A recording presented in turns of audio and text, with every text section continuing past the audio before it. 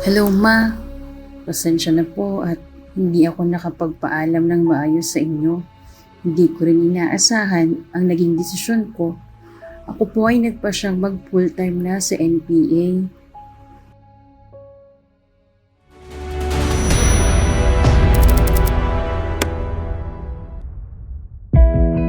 October 3, nagsilabasa ng iba't ibang posting at naratibo upang ilabas umano ang tatlong indigenous people activist na sa pilitang dinukot umano ng 4th Infantry Battalion sa Sitio Malaglag, Barangay Lisap, Bungabon, Oriental, Mindoro.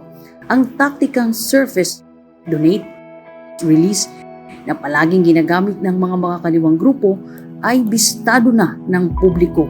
Matatandaan na ito ay kanilang ginamit kamakailan sa issue nila Junila Castro at Jed Tabano. Isang malawakan at coordinated posting sa iba't ibang social media platforms gamit ang iba't ibang accounts na nananawagan na ilitaw ang tatlong personalidad na ito. Kasunod ay ang paggawa ng social media pages na pinangalanan rin sa kanila. At ang huli ay ang pangangalap ng pondo na nanghihingi ng ayuda upang suportahan di umano ang pabalat kayong paghahanap sa kanila. Ating kilalanin ang tatlong personalidad na ito na kanilang pinapalabas na pawang mga IP activist lamang daw. Aliyah Alegacion Encela. Si Aliyah o kilala sa tawag na Nabi o Bora ay 19 na taong gulang. Siya ay panganay sa tatlong magkakapatid. Isang masipag na grade 11 student ng Tropical Innovative School of Excellence sa Tagaytay si Aliyah.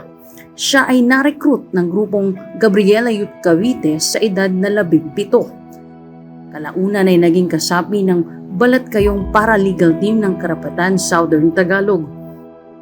At noon ngang buwan ng Enero 2023 ay nakatanggap ng sulat si Aling Liana mula kay Aliyah na nagsasabing naging isang full-time na armadong NPA na siya at tuluyan ng naging kasapi ng Main Guerrilla Unit NPA na kumikilos naman sa mga probinsya ng Region 4A at Region 4B.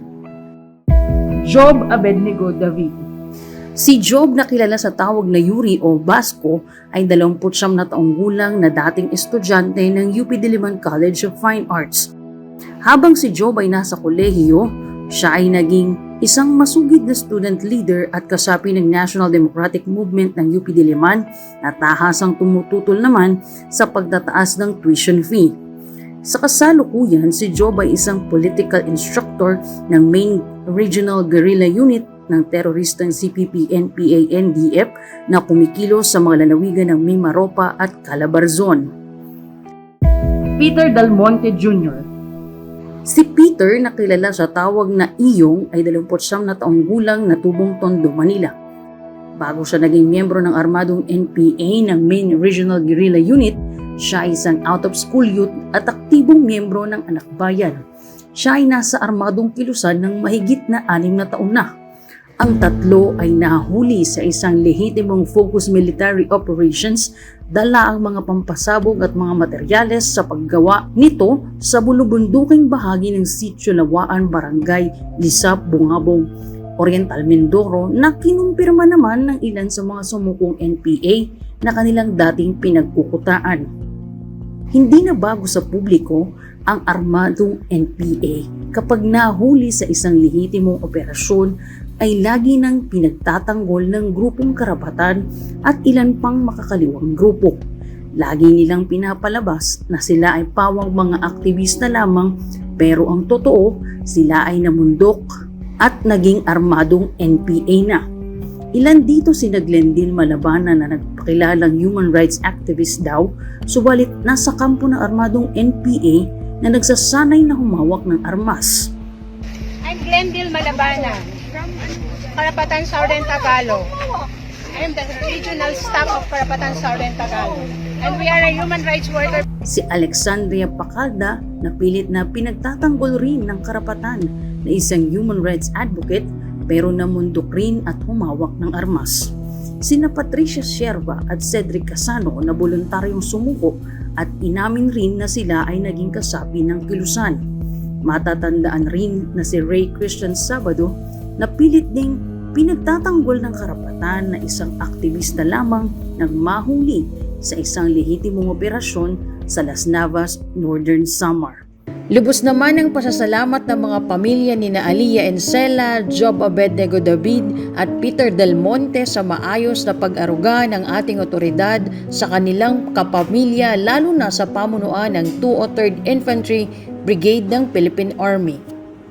Mula sa aming buong pamilya, lubos po kaming nagpapasalamat sa mga sundalo ng 2nd Infantry Division at 23rd Brigade Philippine Army sa inyo pong pagtulong na maibalik ng ligtas ang aming kapatid na biktima lamang po ng armadong NPA.